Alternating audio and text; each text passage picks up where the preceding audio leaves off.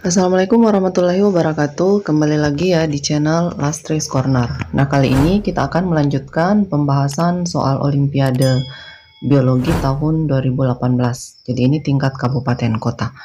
Silahkan adik-adik simak ya.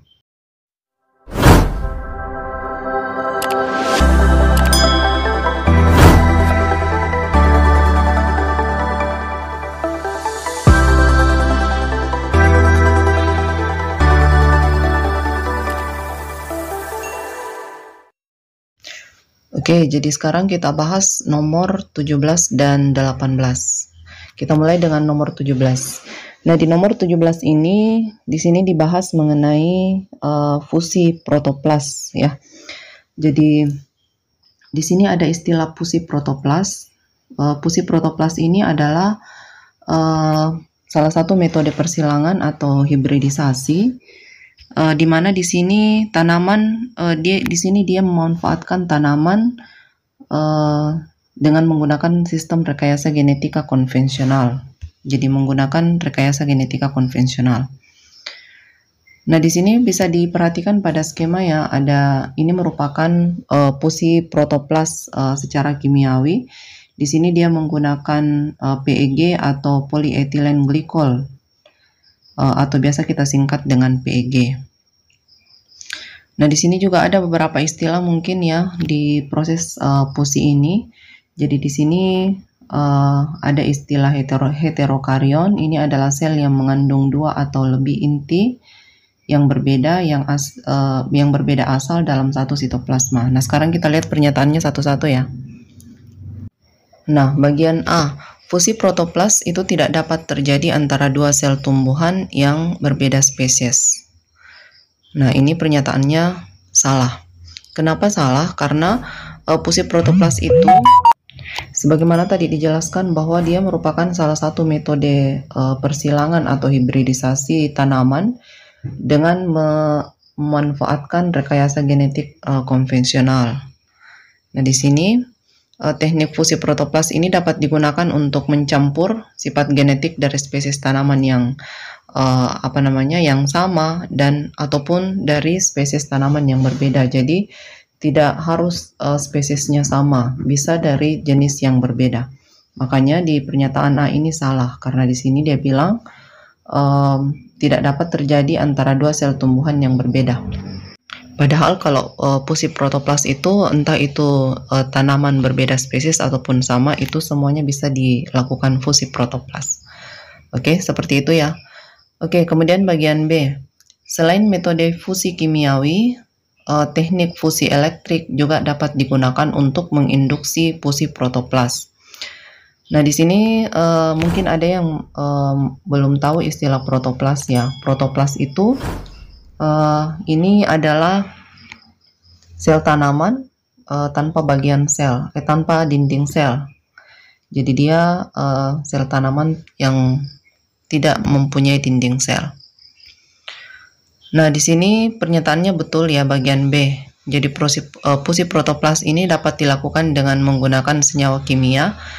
Jadi kalau misalnya di skema ini, di sini dia menggunakan senyawa PEG. PEG ini adalah polyethylene glycol. Dan selain menggunakan senyawa kimia, fusi protoplas ini juga kita bisa menggunakan arus listrik. Jadi biasanya dengan tegangan yang tinggi ya, atau istilahnya adalah electrofusion. Jadi biasanya sel yang akan kita gabungkan atau yang akan difusi itu diberikan tegangan listrik dengan kekuatan tinggi, sehingga ini tujuannya adalah untuk merangsang sel-sel tersebut membelah dan bersatu. Nah, seperti itu. Jadi makanya di sini pernyataannya betul. Oke. Nah, di sini ada penjelasannya. Saat terjadi kontak listrik ini, dia dapat menguraikan membran plasma kedua sel secara reversibel, sehingga dia mudah untuk melebur satu sama lain. Jadi dia melebur atau menyatu. Nah, bagian C, fusi protoplas ini hanya dapat dilakukan pada kultur polen. Jadi polen ini artinya benang sari, serbuk sari ya. Apakah dia hanya bisa digunakan pada kultur polen? Nah, ini salah. Kenapa? Karena walaupun bukan kultur polen, fusi protoplas ini tetap bisa dilakukan. Ya, jadi bukan hanya sekedar pada kultur polen saja, tapi bisa pada jenis yang lain. Makanya di sini pernyataannya salah. Nah, fusi protoplas ini merupakan metode pemuliaan tanaman yang tidak bisa yang tidak bisa dimuliakan dengan persilangan.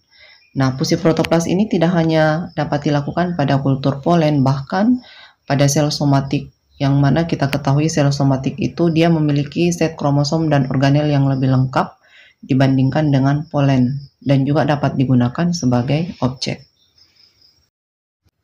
Ya, bagian D, untuk mengidentifikasi hasil fusi protoplas dapat digunakan teknik RFLP atau Restriction Fragment Length Polymorphism menggunakan enzim endonuklease restriksi tertentu. Nah, ini jawabannya benar. RFLP ini merupakan salah satu metode ya untuk menganalisis DNA dengan menggunakan primer target tertentu, dan selanjutnya ini bisa dipotong menggunakan enzim restriksi untuk menghasilkan polimorfisme DNA. Nah, jadi pernyataan ini betul. Di sini RFLP dia akan mendeteksi penanda genetik yang unik dari masing-masing spesies atau varietas dari varietas sel, sehingga dia dapat dibedakan dari sel individual yang belum difusikan atau hasil fusi yang gagal. Jadi pernyataannya betul ya. Oke, kita lanjut nomor 18. Pernyataan A. Ini mengenai anatomi dan fisiologi hewan. Gambar di sebelah kiri. Jadi gambar sebelah kiri yang ini ya, bagian A ini adalah paru-paru yang bukan perokok, sedangkan gambar B ini adalah paru-paru perokok. Nah, kita lihat bagian A. Tentukanlah apakah pernyataan berikut benar atau salah. Laju pernapasan dari perokok lebih tinggi dibandingkan orang yang bukan perokok. Jadi kalau misalnya perokok itu kan dia menghisap, biasanya ya dia proses menghisap rokok itu menyebabkan asap masuk ke dalam paru-paru. Nah, di sini otomatis ini pernyataannya betul. Kenapa betul? Karena di dalam asap itu mengandung gas CO atau karbon monoksida. Nah, secara tidak langsung ini akan menyebabkan pernapasan perokok itulah jauh lebih cepat dibandingkan orang yang tidak merokok, ya. Nah, menumpuknya partikulat yang terkandung di dalam asap rokok. Jadi di situ ada banyak kandungan asap rokok ya yang berbahaya itu. Ada 3 jenis, tapi secara tidak langsung itu dia mempunyai ratusan kandungan zat kimia yang berbahaya bagi tubuh. Nah, di sini asap rokok ini ada banyak partikulat yang ada dalam asap rokok pada permukaan epitel alveolus, itu bisa menyebabkan alveolus ini menjadi non-fungsional, jadi dia kurang berfungsi, sehingga bisa mengurangi atau bahkan mungkin akan menghambat difusi oksigen dari lumen alveolus menuju ke kapiler alveolus. Nah, makanya di sini ya, alveolus ini sendiri merupakan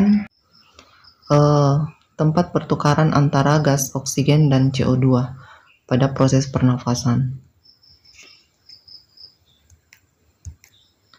Nah, di sini karena menurunnya kadar oksigen, otomatis ini akan meningkatkan laju pernapasan.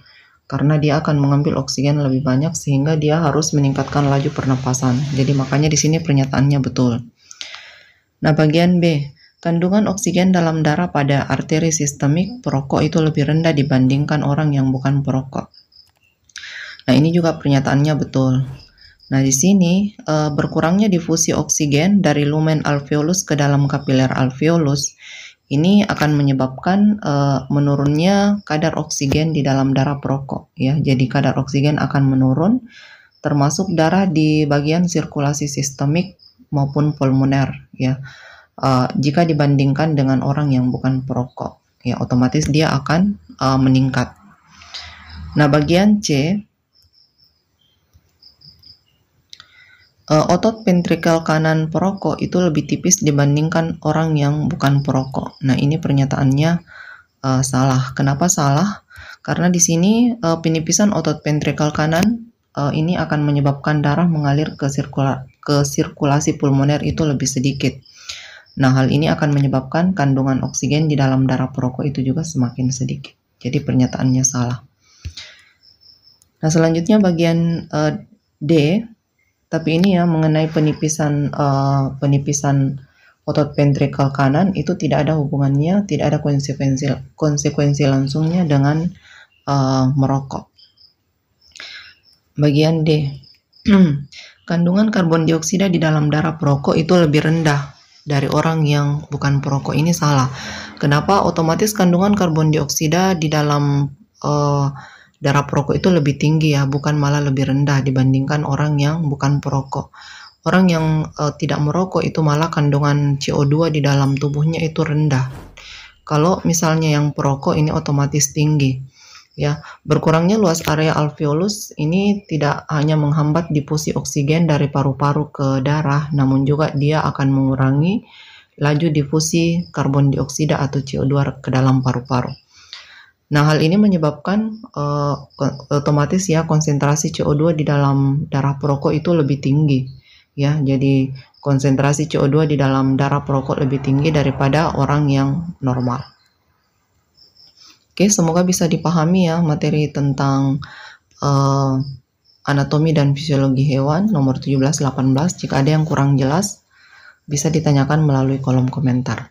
Sampai jumpa di video berikutnya. Sekian, semoga bermanfaat. Assalamualaikum warahmatullahi wabarakatuh.